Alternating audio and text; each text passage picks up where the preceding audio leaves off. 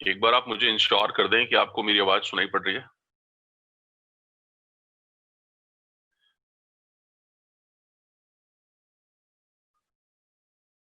चलिए, good, thank you.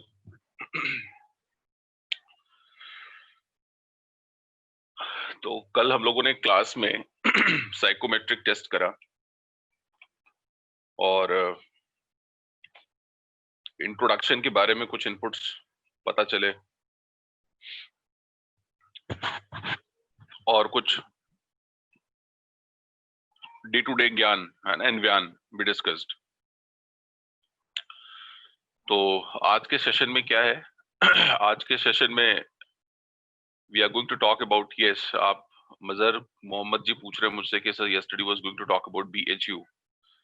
हाँ, वो जो एक छोटा सा इंसिडेंस हुआ था बीएचयू, मैंने अपने through out education completely BHU से ही करी है। एजुकेशन मतलब schooling plus graduation post graduation, उसके बाद की सारी पढ़ाई मेरी बीएचयू से ही हुई है, central university, Banaras Hindu university.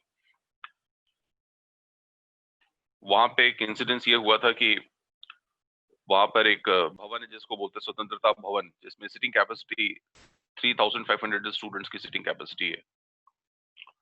और हमने एक जैपनीज वेटरन क्लास पर्सन को हमने वहां पे इनवाइट किया था एज अ चीफ गेस्ट, और सारे प्रोफेसर्स, लेक्चरर्स, स्टूडेंट्स सभी सामने बैठे हुए थे।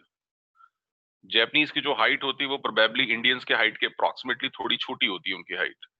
तो वहां पे बड़ा सा एक व्हाइट बोर्ड लगा था और वो वहां पे गए और जाने के बाद उन्होंने बड़ा सा एक सर्कल बनाया, उसके अंदर एक क्वेश्चन मार्क बनाया और पूछा what does this symbolically represent. उन्होंने हम सभी से क्वेश्चन पूछा, एक बड़ा सा सर्कल बना के उसके अंदर एक क्वेश्चन मार्क, और फिर उन्होंने पूछा कि what does this symbolically represent.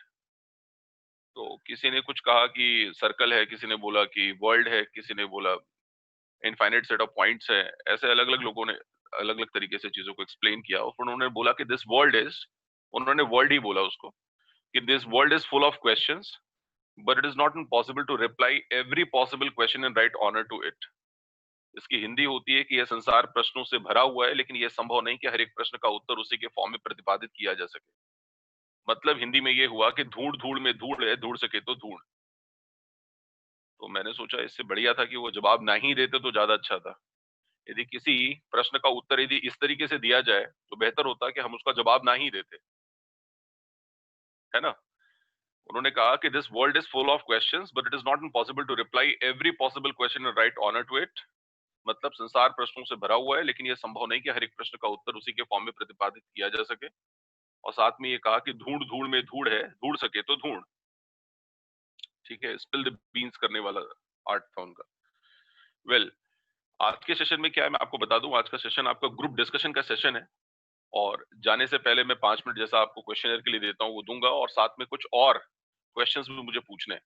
तो ग्रुप डिस्कशन में स्टार्ट करूं उसके पहले मैं आपसे एक क्वेश्चन पूछ लेता हूँ, और ये क्वेश्चन भी कहीं ना कहीं आपके साइकोलॉजी को ही टेस्ट करता है। मैं कुछ लोगों के बारे में आपको बताऊंगा, I talk about few people name, और आप उन्हें ध्यान से वन बाय वन उनसे सुनेंगे और मुझे बताएंगे कि out of those any 5 lives can be save. उसमें से कुल मिलाकर के आप मान लो 5 लोगों की लाइफ आपको बचाना है और मैं 10 लोगों के बारे में आपसे बता रहा हूँ। तो आप किन 5 लोगों की लाइफ प्रेफरेंशियली बचाएंगे वो आपको जवाब देना है। ठीक है। तो एक शिप है और ship is about to sink in sea and few of the people are there on ship. कुछ लोग वहां पे हैं जिसमें सबसे पहले मैं 1 2 3 4 ऐसे करके नाम बताऊंगा, जब पूरा आप सुन लेंगे उसके बाद मुझे बताएंगे कि इसमें से किसकी लाइफ आप बचाएंगे किसकी लाइफ नहीं बचाएंगे। तो इसमें सबसे पहले जो शिप पे बैठे हुए हैं ये एक जो पोर्ट ओनर की डॉटर है वो इस पे बैठी है and her age is 24 and she is about to get married next month. जिनकी मैरिज फिक्स है, अगले महीने इनकी शादी होने वाली है। और ये आपके पास कुल मिला के से 5 लाइफ बोट्स हैं और किसी 5 की लाइफ आप बचा सकते हैं। 10 लोगों के नाम है इसमें। तो सबसे पहले मैंने जो नाम बताया वो एक पोर्ट ओनर की डॉटर है जिसकी एज 24 ईयर्स है और जिनकी मैरिज अगले महीने होने वाली है। तो क्या इनकी लाइफ बचाएंगे या नहीं बचाएंगे, ये तब तय कर पाएंगे जब आप दूसरों के बारे में भी सुन लें। सेकंड जो कैटेगरी है, सेकंड पर्सन जो है वो मेंटल थोड़े इल है और शी इज अंडर ऑब्जर्वेशन। उनके पास गवर्नमेंट के कुछ टॉप सीक्रेट्स पड़े हुए हैं जिसके लिए उनका मेडिकल ट्रीटमेंट चल रहा है, बल्कि येट नॉट ना ही इज ऑल वेल। अभी उनका डायग्नोस हो रहा है, उनके ट्रीटमेंट्स है चल रहे हैं। और उनके पास गवर्नमेंट के कुछ टॉप सीक्रेट्स है। उनकी एज है 42 तो उनकी लाइफ बचाई जाएगी कि नहीं बचाई जाएगी? ठीक। आप तो हर एक में क्वेश्चन में एक डिकोड कर लेना, जैसे मैंने पोर्ट ओनर बोला, मैंने अभी बोला सेकंड वर्ड कि mentally ill, mentally retarded person, right? तो मेंटल रिटार्डेड ऐसा वर्ड जिससे मेरे को बाद में पता चले कि आप जो आंसर दे रहे हो वो कहां तक सही है। नंबर मुझे याद नहीं रहेगा। नंबर थ्री नंबर पे एक टीचर है जिसकी एज है 32 ईयर्स, और ये एशिया का बेस्ट अवार्डेड टीचर है। उन्होंने कईयों की लाइफ बनाई है, काफी अच्छा काम कर रहे हैं ये सोसाइटी के लिए, देश के लिए। तो आपको बताना है कि इनको आप बचाएंगे या नहीं बचाएंगे, और ये एशिया के बेस्ट अवार्डेड टीचर है। और चौथे नंबर पे जो है एक पॉलिटिशियन है जो कि यंगेस्ट एमपी हैं, अवार्डेड यंगेस्ट एमपी हैं अभी, और ये अपनी कम्युनिटी के लिए बहुत बेहतर काम कर रहे हैं, जिनके ऊपर एक मीडिया का एलिगेशन लगा हुआ है। लेकिन अभी तक ये कोर्ट ट्रायल चल रहा है, अभी तक ये साबित नहीं हुआ है कि इन्होंने ये काम किया था या नहीं किया था, but still he is a very very popular person in this community, जिसकी वजह से इनको बहुत कम उम्र में ही एमपी बनने का सौभाग्य प्राप्त हुआ है, राइट? ये हो गए चार लोग। मैंने पहला बताया था पोर्ट ओनर की डॉटर, दूसरा मैंने बताया था मेंटल रिटार्डेड पर्सन, तीसरा मैंने बताया था टीचर, और अभी मैंने चौथा नाम लिया है जिसका नाम है एक लीडर। पांचवा नाम जो है एक नर्स का है, और एज इज 28 ईयर्स, और ये जो नर्स हैं ये आपको फर्स्ट एड दे सकती है at the time of emergency, right? और इन्होंने मेडिकल की थोड़ी बहुत पढ़ाई करी हुई है, इमरजेंसी में ये हमारे लिए सहायता कर सकती हैं। इसके बाद नेक्स्ट नंबर आता है एक आर्मी पर्सन का, और ये जो आर्मी मैन है ये ब्रिगेडियर के पोस्ट से रिटायर्ड है, और जिनकी ब्रेवरी के और करेज के लिए इनको हमारे हिंदुस्तान का सबसे बड़ा जो प्रेस्टिजियस अवार्ड है परमवीर चक्र इनको मिला हुआ है। प्रेजेंटली अभी ये फॉरेन में डिसाइड कर रहे हैं, और अभी कंट्री हमारे वापस आ रहे थे, बीच में ये इंसिडेंस हो गया, और he is coming first time to India to meet his grandson. ये पहली बार अपने पोते से मिलने के लिए, ग्रैंडसन से मिलने के लिए इंडिया वापस आ रहे हैं। तो ऐसे में, और इनकी एज है इस समय फिलहाल 62 ईयर्स, राइट? और हर आदमी की छोटी सी मैं ब्रीफ दे रहा हूँ, साथ में मैं उसके एज के बारे में आपको बता रहा हूँ। और इसके बाद जो है एक नंबर आता है एक मदर का, जिसके दो डिपेंडेंट्स हैं, दो माइनर्स हैं, दो किड्स हैं। एक की एज है 6 ईयर्स, एक की एज है 11 ईयर्स, राइट? और इनका आउटसाइड वर्ल्ड में इनका कोई दूसरा और पर्सन नहीं है जो इनका अपना हो, मतलब इनके हस्बैंड है नहीं, he died way back, काफी पहले उनकी डेथ हो चुकी है, और इनका आउटसाइड वर्ल्ड में कोई दूसरा नहीं है, वो मदर ही इन दोनों बच्चों की सब कुछ है, राइट? यदि इन तीनों को हम काउंट कर रहे हैं तो ये तीनों अलग अलग एंटिटीज हो जाएंगी। मदर अलग काउंट होंगी, उनका जो छोटा बेटा है 6 ईयर्स का वो अलग काउंट होगा, और एक बेटा जो उनका 11 मंथ्स 11 ईयर्स का है वो अलग काउंट होगा, राइट? तो ऐसे ये तीन लोग हो गए, ठीक है? तो प्रोबेबली मैंने सभी के बारे में आपको बता दिया। अब आप मुझे बताएं कि इन टोटल में से आप किन चार लोगों की लाइफ बचाएंगे प्रेफरेंशियली, ठीक? मैंने आपको सभी के 1 to 1 करके नाम बता दिए। एक टीचर का नाम बताया, एक लीडर का नाम बताया, मदर का नाम बताया, एक 6 ईयर ओल्ड है ना, एक सन का नाम बताया उनके, फिर वो 11 ईयर ओल्ड उनका एक और सन है, वो दूसरा तीसरा हो गया। उसके बाद मैंने एक नर्स का नाम बताया आपको, एक पोर्ट ओनर की डॉटर का नाम बताया, एक मेंटली रिटार्डेड पर्सन और आर्मी मैन। ये टोटल में से किसका आप लाइफ बचाएंगे और क्यों बचाएंगे? मेरे को एक साथ सारे आंसर्स चाहिए। आकाश है ना, अनुरिमा, मेरे को सभी के आंसर्स, चार लोगों की लाइफ बचानी है आउट ऑफ ऑल। गुड। देखिए रोहित जी ने मुझे करेक्ट मतलब एक प्रॉपर सीक्वेंस में आंसर दिया है, nurse, army, leader and mental. मतलब आप इनडायरेक्टली ये कहना चाहते हो कि टीचर की कोई वैल्यू नहीं होती है? Just kidding, right? नहीं, मैं तो ऐसे ही पूछ रहा था। वेल, निधि जी ने आंसर लिखा है army man, nurse, teacher, okay, good, ठीक है। तो राहुल तिवारी जी, इसमें सेल्फ का कोई ऑप्शन नहीं है, इसमें जितने भी लोगों के नाम लिखे हुए हैं उसी में से कोई चार आपको ऑप्ट करने हैं, इसमें सेल्फ का कोई ऑप्शन नहीं है। मजहर मोहम्मद जी ने लिखा है टीचर, पॉलिटिशियन, नर्स, मदर। तो यदि आपने ऐसा बोला तो फिर तो ये बहुत ज्यादा हो गए नहीं मोहम्मद जी? 1 2 3 4 5 हो गए, मैंने सिर्फ चार बोले हैं, सिर्फ चार ही बचाने हैं आपको। Nurse, teacher, mother, leader, okay. Nurse, teacher, mother, leader, good. Port owner, daughter, mental retarded, nurse और टीचर, गुड, वेरी गुड आकाश। चलिए, और क्या आंसर आ रहा है? प्रशांत जैन जी का आंसर आया है nurse, soldier, mental person, teacher, good. Adarsh Jori ji बोलते हैं youngest member of okay, political party, boat owner, daughter, mother, nurse. Certainly सभी के पीछे आपके कुछ लॉजिक्स होंगे, कुछ रीजंस होंगे, और वो मैं यहाँ पूछ नहीं सकता आपसे, बहुत लेंदी हो जाएगा डिस्कशन। मैं आपको एक एक करके बताता हूँ। चलिए, मेरे को आंसर्स, बहुत ज्यादा आंसर्स मिल गए, ठीक। चलिए मैं बात करता हूँ कि इसमें किसे बचाना चाहिए और किसे नहीं बचाना चाहिए और क्यों आपने ये नाम लिखा है। सीधी बात करते हैं, नर्स से स्टार्ट करते हैं। यदि हम बात नर्स की कर रहे हैं तो नर्स जो है 27 मैंने उनका एज बताया था, और साथ में आपसे कहा था कि वो फर्स्ट एड आपको प्रोवाइड कर सकती है जब भी कोई इमरजेंसी हो, तो उसमें आपको वो एक मेडिकल हेल्प ना प्रोवाइड कर सकती हैं। लेकिन जब अभी तो फिलहाल आपकी लाइफ पे आ पड़ी है ना, अभी तो आपकी लाइफ बचेगी नहीं बचेगी अभी इस पे क्वेश्चन मार्क है, तो आपको फर्स्ट एड की भी जरूरत पड़ेगी कि नहीं पड़ेगी अभी ये क्वेश्चनेबल है। अभी तो आपकी फर्स्ट एंड फॉरमोस्ट आपकी लाइफ इंपॉर्टेंट है, राइट। जब जान है तो जहान है, पहले लाइफ बचेगी फिर उसके बाद फर्स्ट एड की जरूरत आएगी। भूख तो हमें तब लगेगी, प्यास तो हमें तब लगेगी, हम खारा पानी तब पियेंगे तब हमें डिहाइड्रेशन होगा, हमारी किडनी डैमेज होगी, जो होगा वो सब बाद में होगा। पहले हमें ऑप्शन तो मिले लाइफ सेव करने का, ठीक है, it's subject to save a life. Well, तो सबसे पहले वो नर्स को तो नहीं बचाएंगे। जहां तक सवाल पोर्ट ओनर की डॉटर का है, तो हम बात कर रहे थे लाइफ बोट्स की। वो लाइफ बोट्स वापस जाएंगी कहाँ पे? पोर्ट पे जाएंगी, और पोर्ट ओनर की डॉटर को यदि आपने नहीं बचाया तो वो दूसरे जो लाइफ बोट्स है उसको वहां पे वो स्टे नहीं करने देगा। तो हमारे लिए एक ऑब्लिगेशन हो जाता है, ये हमारे लिए कंपल्शन हो जाता है कि हमको उनकी लाइफ तो बचानी ही बचानी पड़ेगी, चाहे या ना चाहे। इसलिए नहीं, इमोशनल ग्राउंड पे नहीं बचानी कि उनकी एज 24 ईयर्स है और वो नेक्स्ट मंथ उनकी मैरिज होने वाली है। This is not the clause, clause is because of port owner daughter, ठीक है। नेक्स्ट पे आते हैं। हम लोग बात यदि टीचर की कर रहे हैं, तो टीचर जो है वो एशिया का बेस्ट अवार्डेड टीचर, और बोला जाता है child is the father of the nation. ये वर्ड हम बोलते हैं, child is the father of the nation. और टीचर फिलहाल यहाँ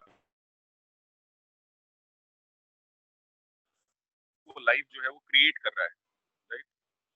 वो कई लोगों की जो लाइफ क्रिएट कर रहा है, क्रिएटर है कई लोगों की लाइफ का, और इसलिए उसको एक एक जो है अवार्ड मिला है, बेस्ट एशिया है ना, टीचर अवार्ड उसको जो मिला है।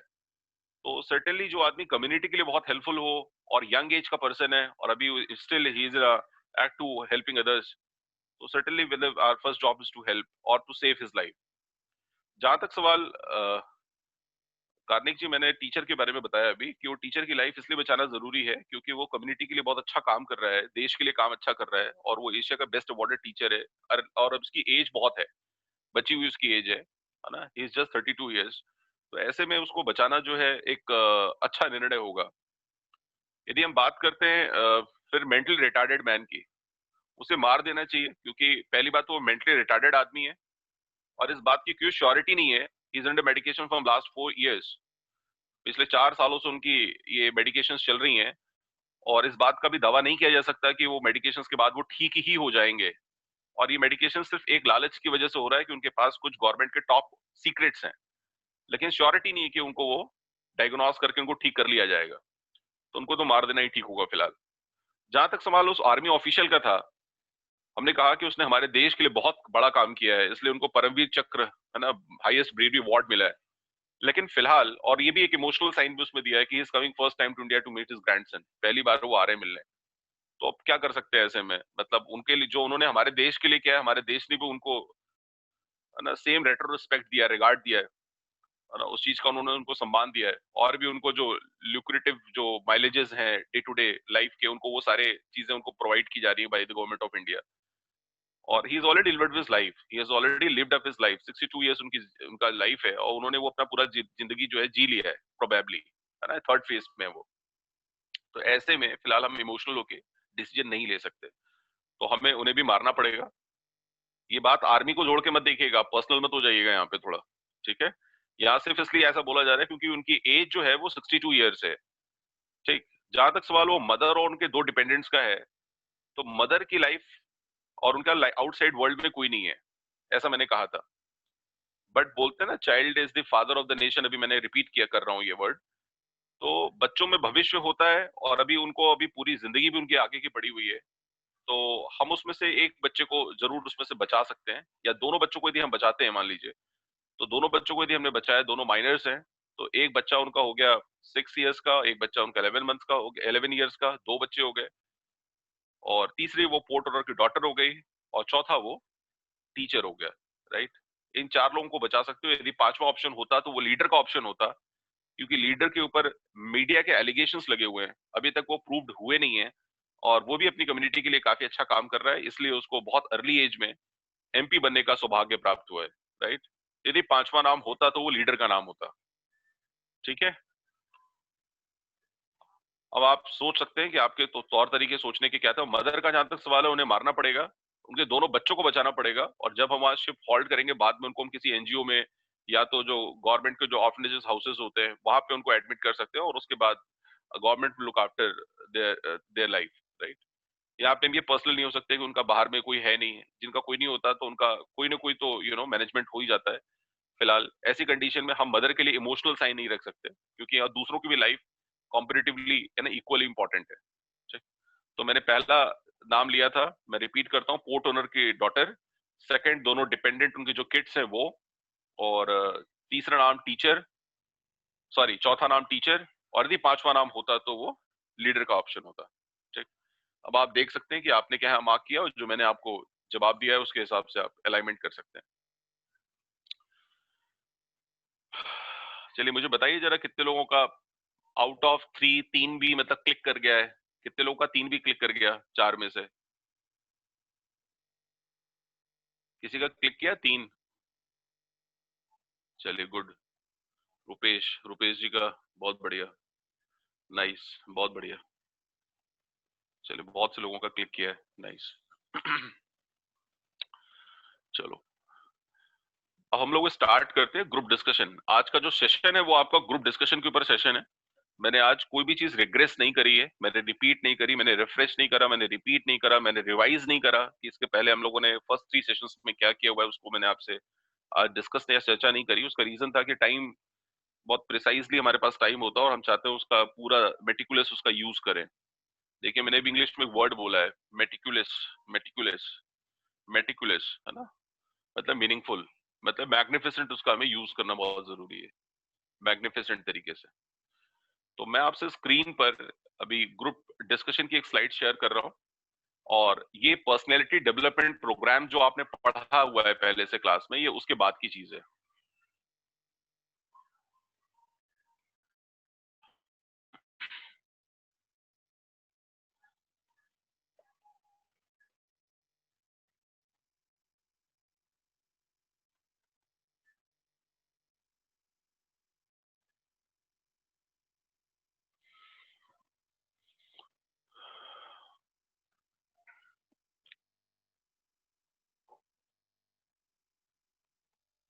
ये आप देख रहे हैं पीडीपी कंटिन्यूड लिखा हुआ है।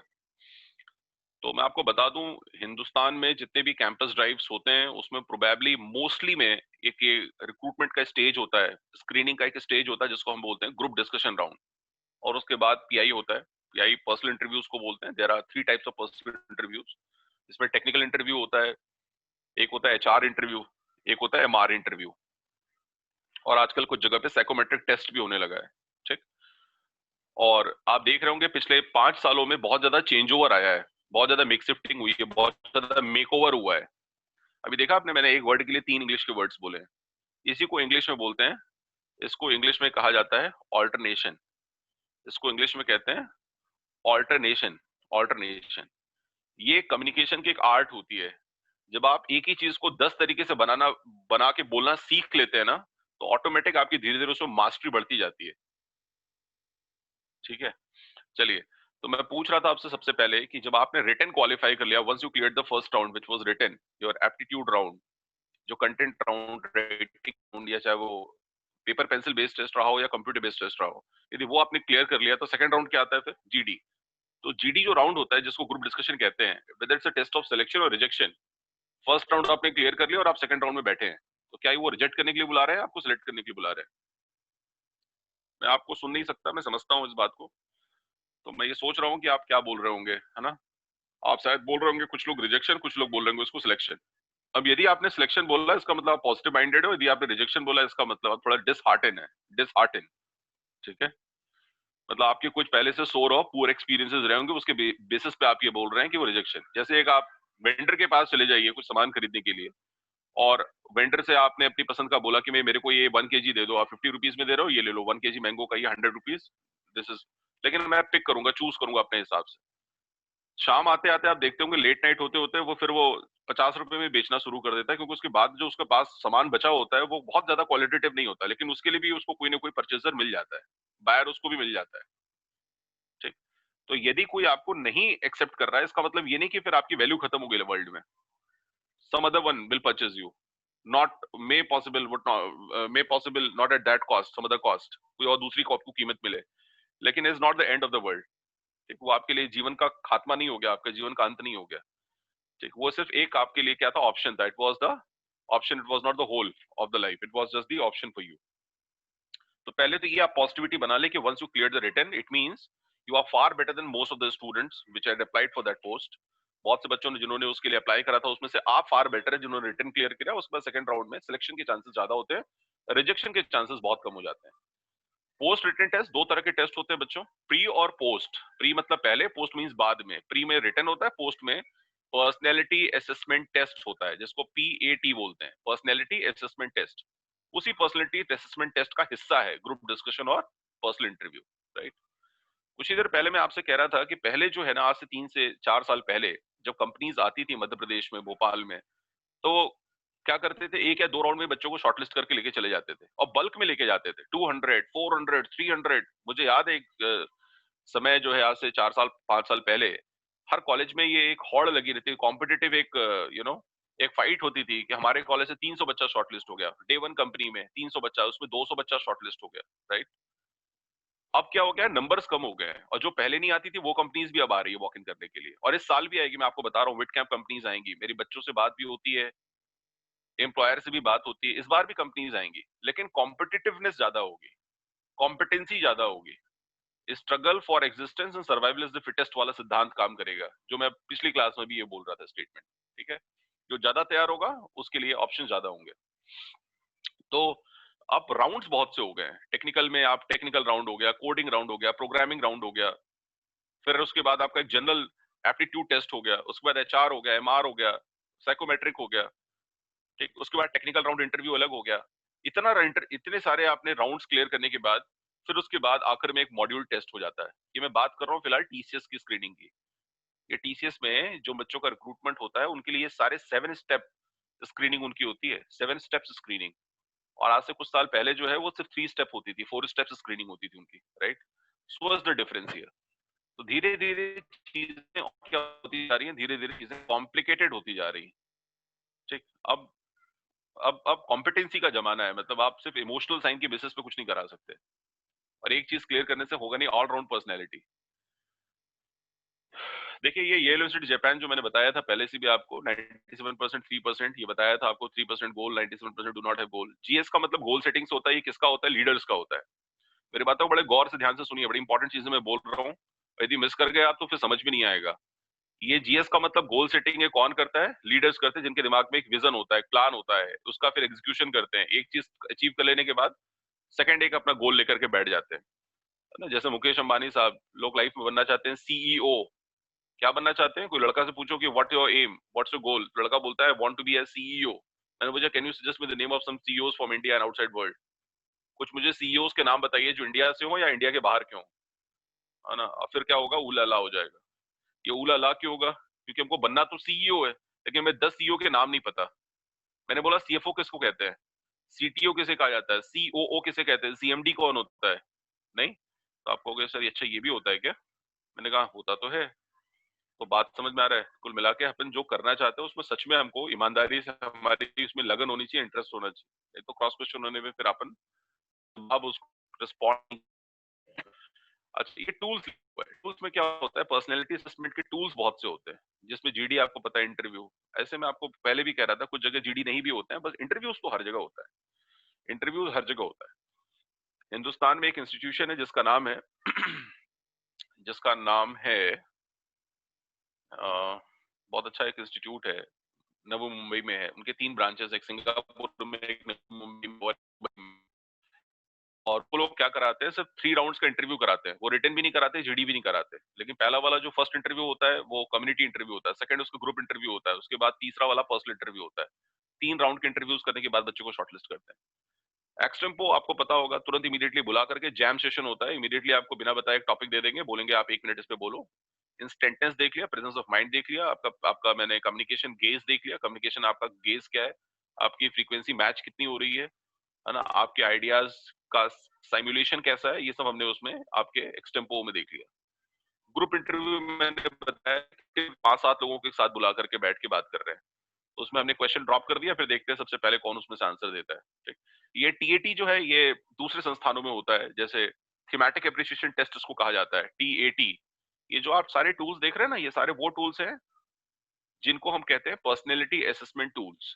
अलग अलग तरीके से आपकी पर्सनैलिटी को टेस्ट करने के लिए सारे अलग अलग प्रकार के टूल्स हैं। इसका नाम है थीमेटिक एप्रिसिएशन टेस्ट। इसके बाद जो डब्ल्यूएटी लिखा है उसका मतलब होता है word association test.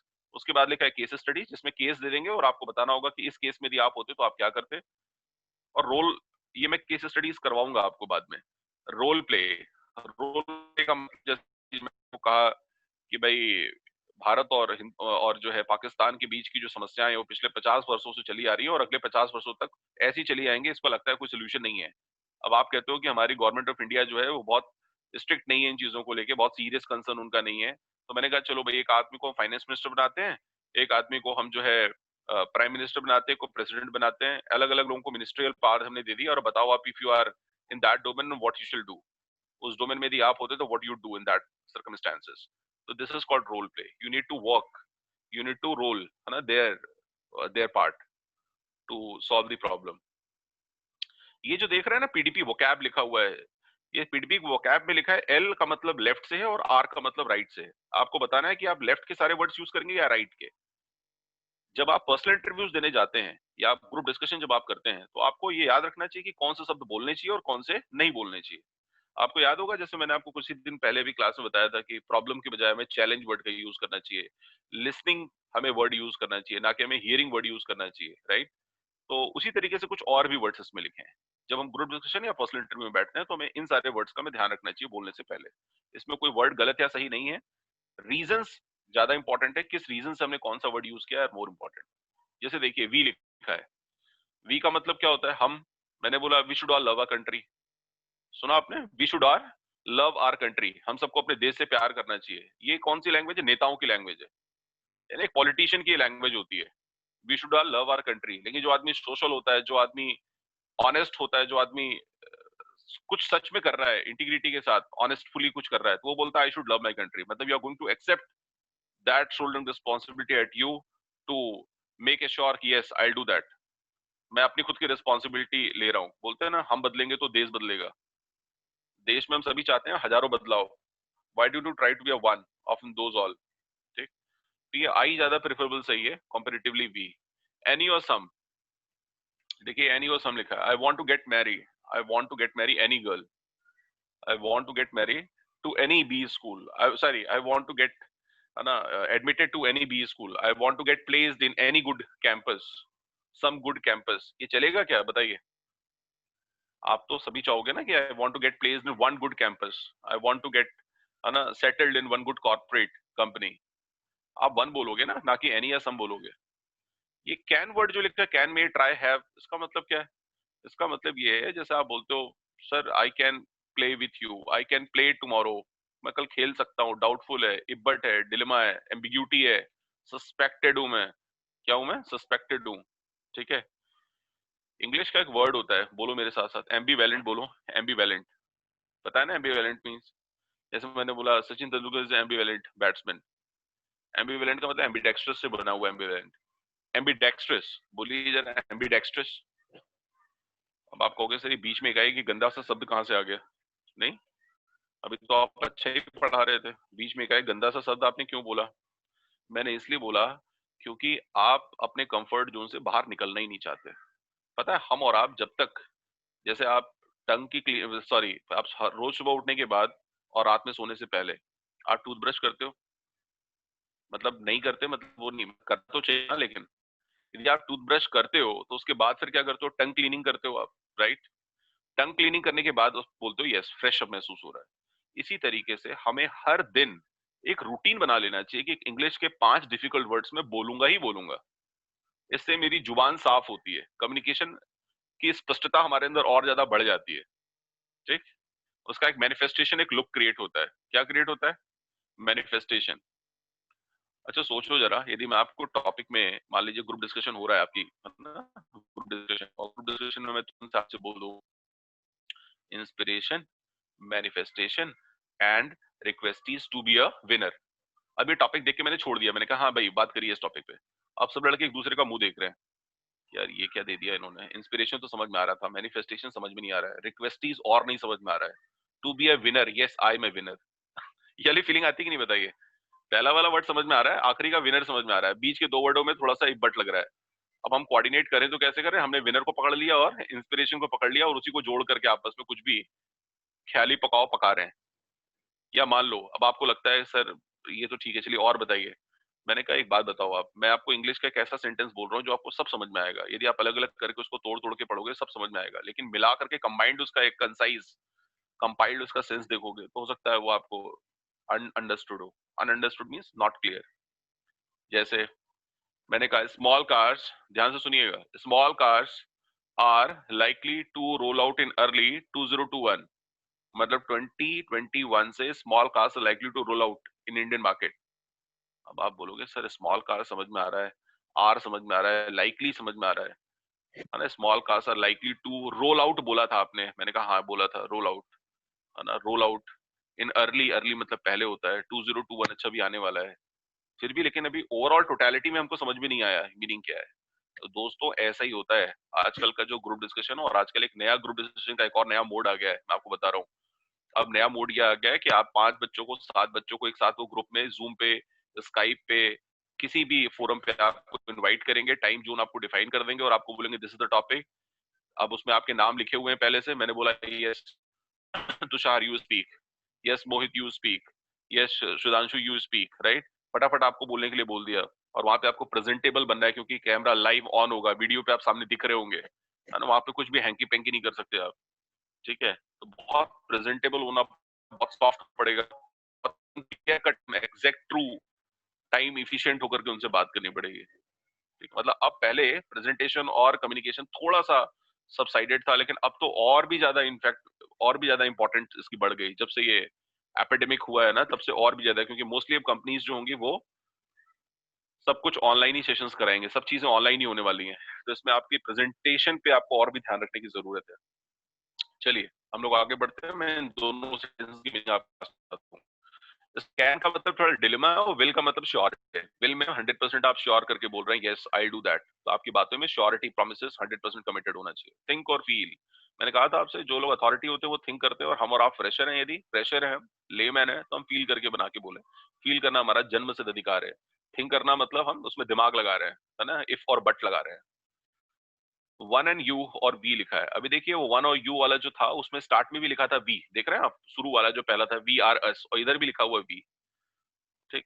One should clean a society, one should clean a society, है ना? We should all take, we should take this responsibility to do so. मतलब ये चीज यहाँ यूनिटी थोड़ी दिख रही है, यूनिसन जिसको बोलते हैं, unison, united we all stand together जिसको बोलते हैं कि अनेकता में एकता, राइट? अनेकता में एकता, एकता में अनेकता, समझ में आ रही है? तो वन और यू में आप जनरलाइज कर रहे हो और वी में स्पेसिफिक बात कर रहे हो, आई में भी स्पेसिफिक है, विल में भी स्पेसिफिक है, फील में भी आप खुद की बात कर रहे हो। प्रॉब्लम जहां पे मैंने बताया था क्वेश्चन होता है, चैलेंज जहां पे एक्सेप्टेंस होता है, जहां पे एनर्जी एनर्जी दिखती है आपकी। इफ और देन, इफ और देन बहुत ही प्रोबेबिलिटी वाले वर्ड है, दोनों के दोनों वर्ड ही बहुत ही कह सकते हैं आप जिससे क्या होता है जिसमें एक मन में क्वेश्चन आता है कि यदि ऐसा होगा तो वैसा होगा, ना ऐसा होगा ना वैसा होगा, तो ये दोनों ही वर्ड हम जो यूज करना बंद कर दें। और यदि मान लो आप अपने कॉलेज में जाते हैं किसी से बोलते हो मैनेजमेंट से कि sir I have a complaint against you, सुन के कैसा लगेगा? आप बोल सकते हो sir I have got a problem I wanted to discuss with you. सामने वाला ओपन माइंड के साथ आपसे बैठ के बात करेगा कंफर्टेबली। हो सकता है इंसान है तो प्रॉब्लम होगी उसको, नहीं? और प्रॉब्लम से भी अच्छा वर्ड क्या है जो खुद के लिए है, वो क्या है? चैलेंज। तो याद रखिएगा आज के बाद लेफ्ट साइड के सारे वर्ड्स को ना यूज करें, राइट साइड के सारे वर्ड्स को यूज करें, रीजंस जो मैंने बताया उसको ध्यान में रखें। ये देखिए लिखा है ग्रुप डिस्कशन। ग्रुप डिस्कशन का मतलब होता है ग्रुप डायनेमिक्स, जिसमें ढेर सारे लोग बैठ के एक मुद्दे पे बात करते हैं और उसका कुछ पॉजिटिव आउटकम निकालते हैं, एक कंक्लूजन निकालते हैं, एक इन्फ्रेंस निकालते हैं, एक assumption आइडिया निकालते हैं। कुछ स्ट्रेटेजिक डिस्कशन करने के बाद something they come out with true discussion. इसमें लिखा है कि डिबेट और डिस्कशन में क्या अंतर होता है। आपने कॉलेज की बजाय स्कूल डेज में करता को, है ना? और उसमें फॉर के अगेंस्ट में बोलते थे, याद है आपको? और उसके लिए 3 दिन पहले ही आपको टॉपिक दे दिया जाता था और आप क्या जम के बोलते थे आप माइक पे। आप इतने मतलब प्रेजेंटेबल तरीके से बोलते थे मैं थोड़ी देर के लिए आपसे वापस अभी चैट बॉक्स में आपको मिलके अभी देखना चाहता हूँ कि व्हाट रिस्पॉन्स, उसके बाद I continue further, just wait.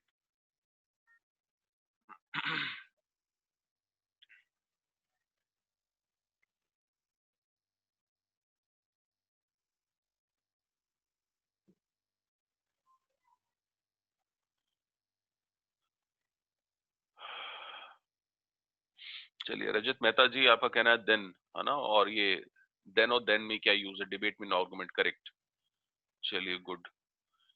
SSB interviews के बारे में पूछ रहे हैं, मैं बताऊंगा आपको एसएसबी इंटरव्यू के बारे में। एमआर का मतलब, एमआर मैनेजर राउंड इंटरव्यू को बोलते हैं आदर्श जी, मैनेजर राउंड, जिसमें आपकी मैनेजरशिप क्वालिटी देखी जाती है, मैनेजरशिप क्वालिटीज देखी जाती है। एचआर का मतलब ह्यूमन रिसोर्सिंग राउंड, है ना। एक में थोड़ा ट्रिकी क्वेश्चंस पूछे जाते हैं और एक में आपके लीडरशिप एट्रीब्यूट्स के क्वेश्चंस पूछे जाते हैं।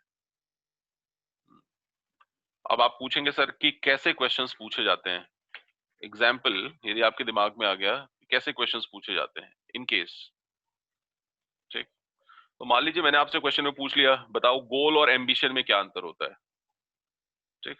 गोल और एम्बिशन में आपने मुझे बताया गोल एम्बिशन में अंतर होता है। मैंने बताया, बताइए आप टीम लीडर बनना चाहते हैं क्या आप टीम मेंबर बनना चाहते हैं। इसके लिए मैं अभी परसों वाली जो क्लास करूंगा ना, कल की भी क्लास आपकी जो है वो कल की क्लास आपकी पीआई की क्लास है, पर्सनल इंटरव्यू की क्लास है। और इसके बाद एक एक दिन मैंने इसकी प्रैक्टिस के लिए रखा हुआ है, मतलब आपको 2 दिन मैंने ग्रुप डिस्कशन के लिए दिया है और 2 दिन मैंने आपको दिया है पर्सनल इंटरव्यू के लिए। तो आज की क्लास जीडी की है, कल की क्लास पर्सनल इंटरव्यू की क्लास है, फिर दोनों के लिए एक एक दिन प्रैक्टिस, और उसके बाद further which we move to are remaining topics. Mazhar Mohammad ji, और भी ऐसे बहुत से वर्ब्स हैं, ऐसे और बहुत से वर्ब्स हैं जो कि हम यूज करते हैं।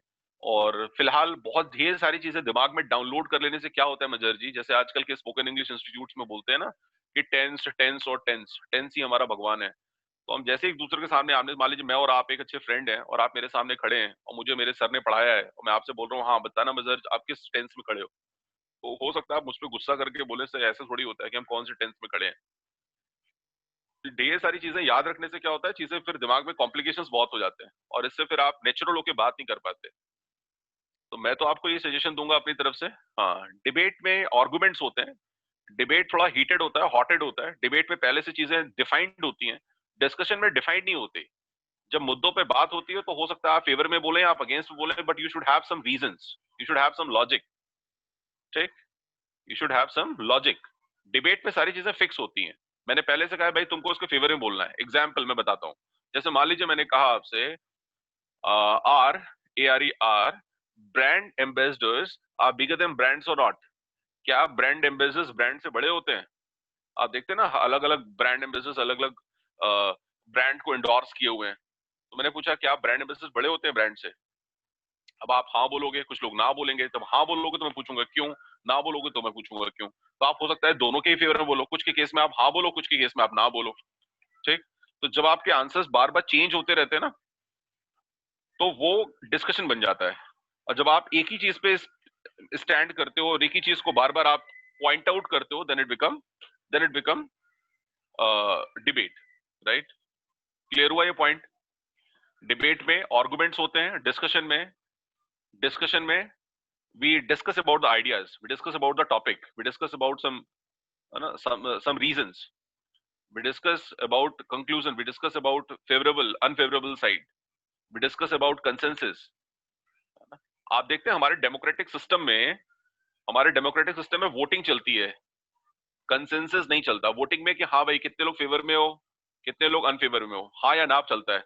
और एक कंसेंसस होता है, कंसेंसस। जैसे मान लो आप किसी कंपनी में नौकरी करते हो, आप किसी कंपनी में नौकरी करते हो, ठीक है। और वो कंपनी का जो ओनर है वो मान लीजिए अब्रॉड चला गया और उसने आपको पूरी पावर देके गया है कि हमारी कंपनी में कोई 50 लाख रुपीज का कंसाइनमेंट आता है तो आप साइन कर सकते हो, डील को आप फाइनलाइज कर सकते हो, हमने आपको इतनी फ्रीडम दे रखी है, ठीक। अब आप चले गए, वो चले गए और आपके पास ऐसा कोई एक प्रपोजल आया 50 लाख रुपीज का। तो आपके पास दो ऑप्शन है, आप डायरेक्टली उसको यस कर सकते हो लेने के लिए प्रपोजल को, यस। और दूसरा आप क्या कर सकते हो कि आप जितने भी इंटरनल एम्प्लॉइज हैं, सीनियर जूनियर सभी को आपने बैठाया, कॉमन एक मीट करा और सभी से आपने कॉमन डिस्कस किया कि भाई so and so proposal is there with us, should we go ahead और नॉट, हमें काम करना चाहिए इस पे कि नहीं करना चाहिए। हर आदमी हाँ या ना बोलेगा, लेकिन रीजंस के साथ बोलेगा कि करने के बेनिफिट्स क्या हो सकते हैं और ना करने के नुकसान क्या हो सकते हैं। तो ये बेनिफिट और लॉस दोनों के बारे में जब आपने उन दोनों का एक एस्टिमेशन कर लिया, उसके बाद आपने लॉजिकली उसको बोला हाँ या ना, दिस इज कॉल्ड कंसेंसस। इसको इंग्लिश में बोलते हैं कंसेंसस। तो वोटिंग से बेटर वर्ड है कंसेंसस। इसका मतलब कि डिबेट से ज्यादा अच्छा वर्ड क्या है? डिस्कशन, जिसमें हम दोनों के बारे में बात कर रहे हैं, यस और नो दोनों के बारे में बात कर रहे हैं, फेवर अगेंस्ट दोनों, राइट। चलिए तो आगे चले, अभी तक जितना मैंने बताया वो क्लियर है? एक बार यस नो कंफर्म कर दीजिए, फिर मैं अपने स्लाइड पे आगे बढ़ता हूँ।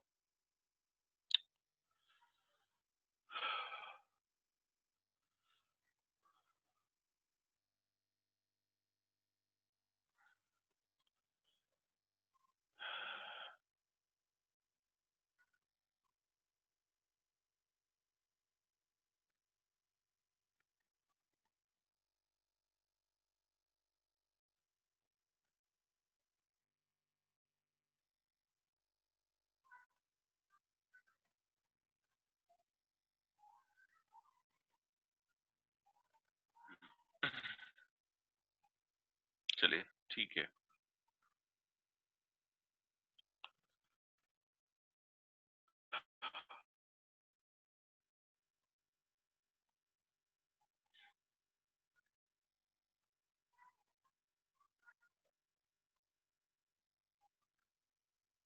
तो हम लोग यहाँ पे थे, ग्रुप डिस्कशन स्टार्ट ही किया था हमने, और हम लोगों ने ये बात करी थी कि डिबेट और डिस्कशन में क्या अंतर होता है। मैंने बताया था डिबेट में आर्गुमेंट्स होते हैं, डिस्कशन में डिस्कस करते हैं हम। साइज कितनी होती है? अप्रोक्सीमेटली 6 to 7, मैक्सिमम 12 भी हो सकती है। आजकल पिछले कुछ 2 सालों से जो भोपाल में कंपनीज आ रही हैं, जिस तरह की कंपनीज भोपाल में आ रही हैं, मध्य प्रदेश में आ रही हैं, उसमें ऐसा कुछ हार्ड एंड फास्ट नहीं होता है, पूरा उनका डिस्क्रिप्शन है कि वो जो चाहे वैसे करा सकते हैं। अभी मुझे याद है लास्ट ईयर एक कंपनी आई थी यहाँ पे, बायजूस कंपनी आई थी, और भी बहुत सी तमाम। मैं किसी कंपनी का स्पेसिफिक नाम इसलिए नहीं लेना चाहता कि आप पर्सनल ना हो जाए उस चीज को देख करके, सुन करके। तो तमाम कंपनियों की अपने अपने अपने अपने यू नो प्रोसेस होता है सभी कंपनी।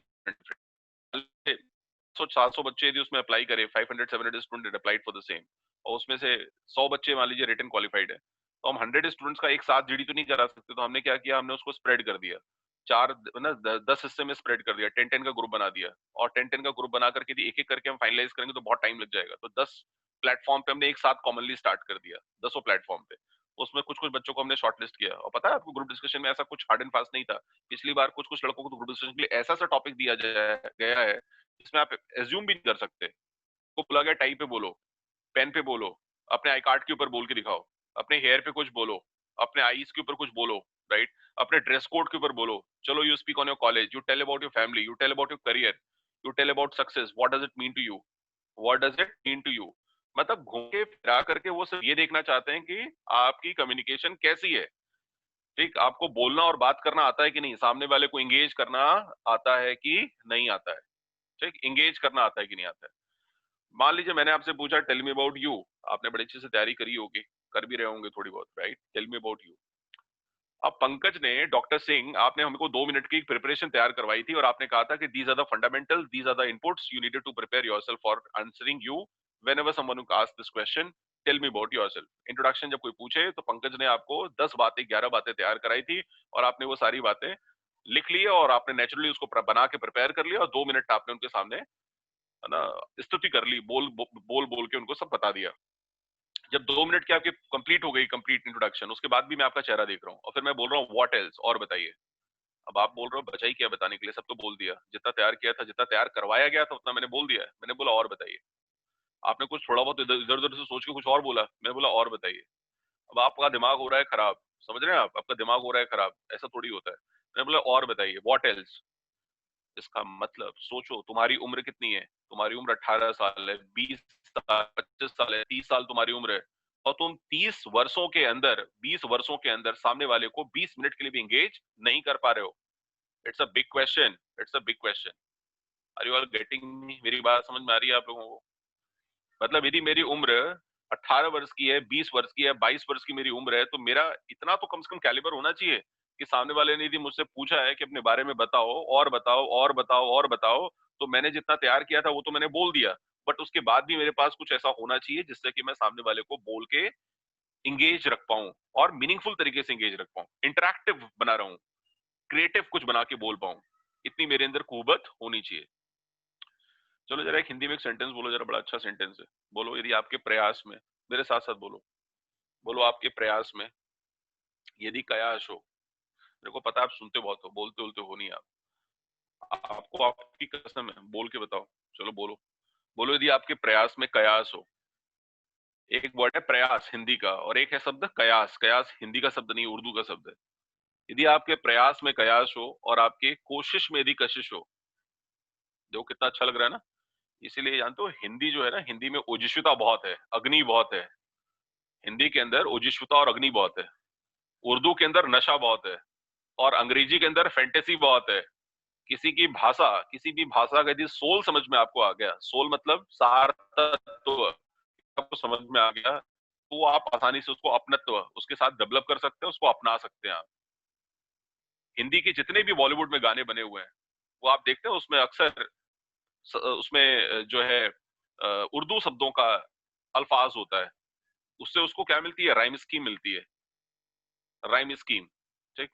इंग्लिश में देखिए, जब आप कुछ बोलते हैं, इंग्लिश कोल्ड रीजन की लैंग्वेज है, जब आप बोलते हो तो आपके मुंह बंद हो जाते हैं। मैंने आपको कभी इंग्लिश की प्रोनाउंसिएशन तो बताई ही नहीं। जैसे देखिए आप, मैं आपको थोड़ा इंग्लिश के बारे में, जीडी से थोड़ा हट के बात कर रहा हूँ। टॉपिक जो मेरा जीडी है उससे थोड़ा हट के बात कर रहा हूँ। जब तक आप अपनी पर्सनैलिटी को कैरी नहीं करोगे, या नहीं जानोगे कि अपनी पर्सनैलिटी मेरी क्या है और उसे मुझे कैसे कैरी करना है, तब तक ना इस जीडी का कोई वैल्यू है, ना पर्सनल इंटरव्यू का कोई वैल्यू है। क्योंकि अल्टीमेटली आप जीडी या पीआई के अंदर क्या रिफ्लेक्ट करते हो, अपनी पर्सनैलिटी को तो रिफ्लेक्ट करते हो, रिप्रेजेंट किसको करते हो, आप खुद को रिप्रेजेंट करते हो।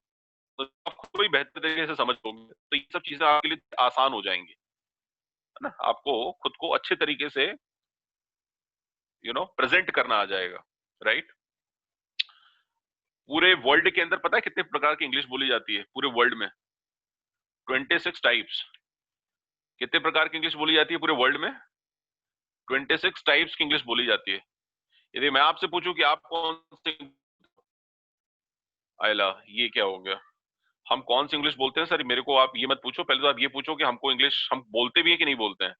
मैंने कहा हाँ मुझे पता है आप बोलते हो, लेकिन कौन सी इंग्लिश बोलते हो आप ब्रिटिश इंग्लिश बोलते हो कि यूरोपियन इंग्लिश बोलते हो कि इंडियाना इंग्लिश बोलते हो कि लैटिन इंग्लिश बोलते हो, ग्रीक, कौन सी इंग्लिश बोलते हो आप? 26 प्रकार की इंग्लिश बोली जाती है, और फेसबुक पे अपडेट करते समय आप लिखते हो English Hindi and Tamil, English Hindi and Urdu, Tamil, English Hindi and some other language. लोग फ्रेंच और जर्मन या जापानीज लैंग्वेज सीख लिया, तब तो फिर पूछो ही मत, तब तो फिर एक अलग ही हमारे अंदर एक फैंटेसी रहती है कि हमने एक थर्ड लैंग्वेज भी सीखी है जो फॉरेन लैंग्वेज है ना। आप मुझे कल की क्लास में याद दिलाइएगा कि सर आपने कुछ ऐसा बोला था बताने के लिए, राइट। आज मैं भी थोड़ा सा इस क्लास को स्ट्रीमलाइन कर रहा हूँ क्योंकि टाइम कम है, ठीक है। आप मुझे कल याद दिलाना कि सर आपने बोला था इंग्लिश के बारे में कुछ बोलने के लिए, इंग्लिश प्रोनाउंसिएशन एंड ऑल के बारे में कुछ बताने के लिए कहा था, तो मैं आपको कल इसके बारे में फर्दर डिस्कस करूंगा। आइए चलिए इस टॉपिक पे वापस कंटिन्यू करते हैं। डिस्कशन मैंने बताया है कि बहुत हेल्दी नेचर का होता है, आर्गुमेंट हीटेड होता है, हॉटेड होता है, इसमें आदमी कंफर्टेबल होकर बात नहीं करता। साइज मैंने कहा था 10-12 पीपल का एक साथ होता है, ड्यूरेशन भी इतनी के आसपास होता है, 10-12-15 मिनट का ड्यूरेशन होता है। इनडायरेक्टली क्या होता है, कुल मिलाकर के 3 स्टेजेस होते हैं, शुरू का, मिडिल का और एंड का। शुरुआत किसने करी, बीच में मॉडरेटर कौन था बना, एंड में कंक्लूड किसने करा, राइट। और जो ड्यूरेशन है उसमें 1 minute to each candidate, 1 minute to each participant, ऐसा मान सकते हैं आप। क्या देखा जाता है, मैं कट शॉर्ट कर रहा हूँ अपने वर्ड्स को, मैं थोड़ा कम कर करके बोल रहा हूँ ताकि आपको चीजें ज्यादा से ज्यादा बता पाऊं मैं। बिहेवियर, आपका बिहेवियर कैसा होना चाहिए, मतलब ग्रुप में कैसा बिहेवियर होना चाहिए। आपका बिहेवियर बहुत अच्छा है, लेकिन जैसे ही आप ग्रुप में आते हैं, आप पता चला वाइल्ड हो जाते हैं, आप बहुत एग्रेसिव हो जाते हैं, आप बहुत आर्गुमेंटेटिव हो जाते हैं, आप बहुत अनकंफर्टेबल दिखते हैं, आप बहुत ही रेस्टिवनेस दिखती है, रिटेंडलेसनेस दिखती है आपके अंदर।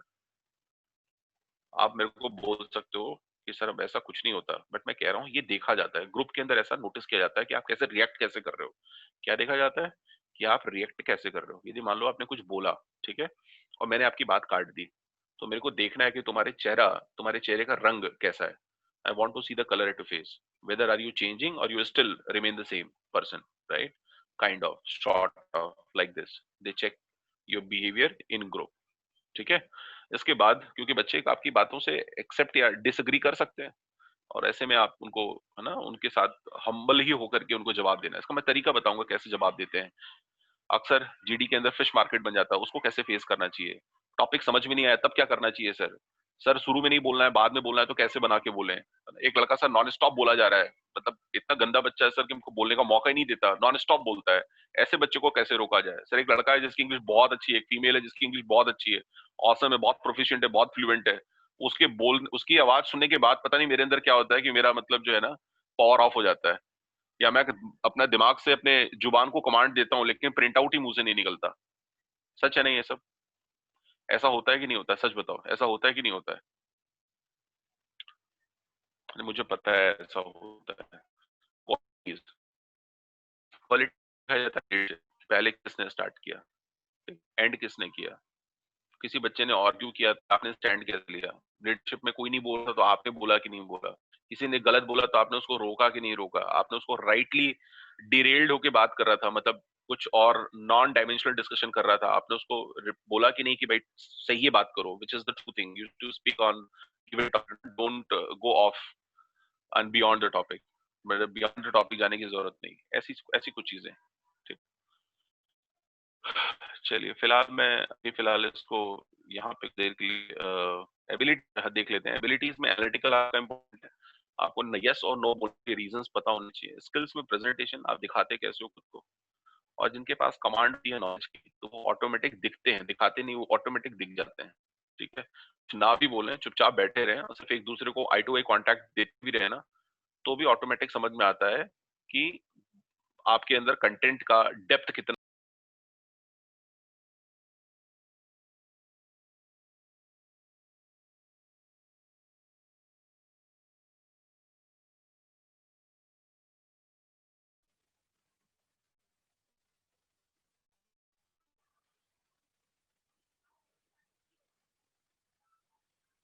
अभी आ रही है आवाज आपको? अभी वो रीट्रिगर हो गया था आई गेस। आवाज आ रही है ना आप लोगों को?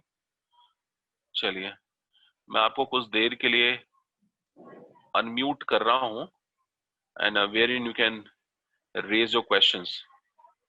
ठीक है, आपने प्रश्न जो भी पूछना है आप मुझसे पूछ सकते हैं। फिलहाल आपके पास 3 से 4 मिनट है। Yes, I can listen you Sir, all good guys. morning. Hello जी, good morning. Sir, my name is Rajat Mehta, ji and Rajat ji. sir, hmm, my question is that how to hmm, improve our GD skills, sir. GD skills, right, we are talking about that only. हम लोग उसी के ऊपर बात कर रहे हैं। It will take some more time to make you clear about all the inputs related to GD, है ना, फीचर्स।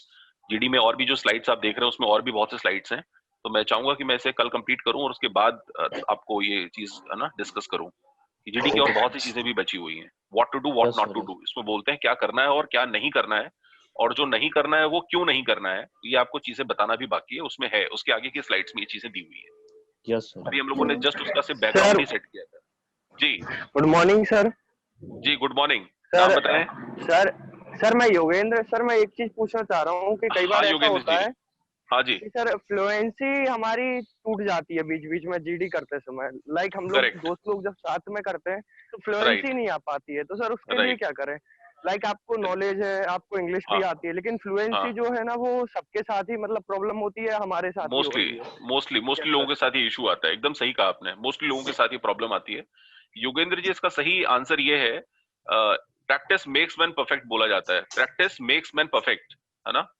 जितनी बार आप प्रैक्टिस करेंगे ना, और एक ऑब्लिगेशन बना लीजिए, एक कंपल्शन कर लीजिए, एक अपने अंदर मैंडेट मैंडेट डेवलप कर लीजिए, एक नियम बना लीजिए, कायदा कानून बना लीजिए कि मैं जब तक जीडी करूंगा तब तक माँ कसम मैं हिंदी नहीं बोलूंगा। नंबर एक। नंबर दो, ये काम मैं बार बार करता रहूंगा, लगातार मैं करता रहूंगा। I not do it this one time, I do it again and again, right. तो ऑटोमेटिक क्या होगा, whence you become habitual in doing the same thing, right, यदि आप ये चीज करते करते जब आप हैबिचुअल हो जाएंगे ना, automatic one day one fine day you feel that now you are comfortable in doing so. आप उन चीजों को करने में आप बहुत सरल महसूस करेंगे। Hello yes fluency sir. लोग जैसे मेरे से इन जनरल, क्षमा करिएगा मैं आपको हेलो इंटरवीन कर रहा हूँ, मेरी बात को पूरा सॉरी, हाँ जी, कौन बोल रहा है? हेलो। हेलो, जी बोले। हाँ, good morning sir. Sir, my जी name good is Shiv morning. Kumari. Okay, Sir, my question is, what's make you angry? How to reply these questions? This what type of make you question. Angry? अच्छा, Yeah. ये बहुत ही typical question है। ये आपको सिर्फ जानने के लिए वो ऐसा करते हैं, और आप कभी नहीं बोल सकते ये चीज कि मेरे को बहुत शॉर्ट टेम्पर्ड होती हूँ मैं, या मैं बहुत जल्दी गुस्सा Yeah. करती हूँ चीजों के ऊपर, ये बोल नहीं सकती आप, और आपको एक्चुअली ये प्रॉब्लम Yes, है, sir. आई टेल यू, ये मैं आपको बता रहा हूँ, ये प्रॉब्लम आपके साथ है एग्जैक्टली, है ना। बेटर है Yes, कि आप sir. अपना आंसर अपने पास सेफ रखें, मेरे को ना जवाब दें, लेकिन फिलहाल मैं आपको बता रहा हूँ the problem is with you. Number 2, आप बोलिए कि sir when how do you handle it, तो बोलना कि पहली बात तो ये बोलना कि sir I am a cool headed girl, ये बोलना उनको, सर Yes. यदि सामने वाला पूछता है तो बोलना sir I am a cool headed Yes. Girl, I manage multiple in things of my day-to-day life at my own, right? And I never Yes. lose my temper. I never lose my patience. I'm well settled with my time. I'm well settled with my time. I know how to handle it. मुझे पता है कि मेरे को इस चीजों को कैसे हैंडल करना है. हाँ, sometimes if it happens, so I look upon the preferences. I look upon the preferences. Yes. What is more important? Should be done it first. जो चीज ज्यादा important है, मैं वो पहले करता हूँ, और जो चीज next important है, मैं उसको फिर बाद में करता हूँ. तो accordingly I handle my things. Okay, ऐसा sir. मतलब Thank you, वो sir. घुमा फिरा के वो आपको ट्रैप Yes. करना चाहते हैं, लेकिन आप उनके ट्रैप में नहीं आएंगे, आप उनको जो है अवॉइड करिए उनके क्वेश्चन को, और पॉजिटिव आंसर उनको दीजिए on place of giving negative answer, ठीक। और ये Actually, यदि sir, आप I मेरे से have no problem with. Just 1 minute, यदि ये आपका एक्चुअल क्वेश्चन होता ना, ये इंटरव्यू का क्वेश्चन था इसलिए मैंने आपको डिप्लोमेटिक आंसर दिया है, यदि आपका एक एक्चुअल क्वेश्चन Yes. होता तो इसका आंसर फिर डिफरेंट हो जाता, ठीक। ये एक्चुअल आंसर इसका फिर Sir, I डिफरेंट हो have जाता। no problem this type of. Good good, बहुत अच्छी बात Just है, I. तो बहुत ही अच्छी बात है फिर ये। Yes, sir. चलिए, thank you very much to each of you, Yes, sir. Thank you, sir. and take care of yours and your owns, and with this time we are doing some productive, and this will for your lifetime, so all the very best to be a part of our journey. Thank you.